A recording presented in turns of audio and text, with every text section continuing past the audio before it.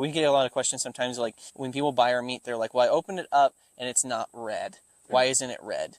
And the reason is because the only way to keep it red is they pump gases into the packaging that artificially create a red color.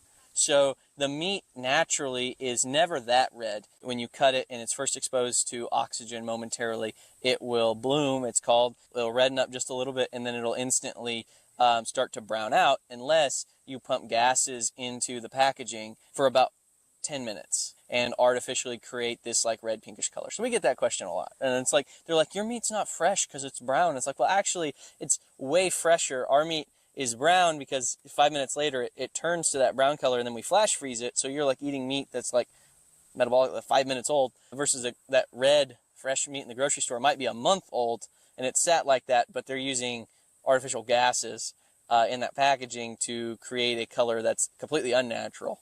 So how would people know if is there anything on a package that someone... Oh no, they don't have to declare it. If your packaged meat looks bright red, then it is filled with artificial gases to create that. Meat doesn't look like that. But like no one knows that. Looks bright red and juicy, but this piece of meat is not safe to eat. Believe it or not, it's been sitting out for 11 days. So how could it still look so fresh?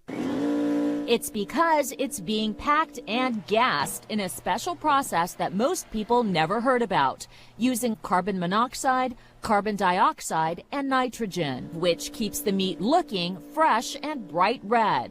We left 2 cuts of lamb out at room temperature. One was gas-packed, the other no gas. After a few days, the untreated meat turns a dark, unappealing color. But the gas-packed meat stays red, even after being left out for 8 days. The only visible sign of spoilage is the package puffing out and a bad odor when opened. We had the meat analyzed in a lab, and it's no surprise that both cuts are loaded with bacteria. The color of the meat doesn't necessarily indicate it's fresh.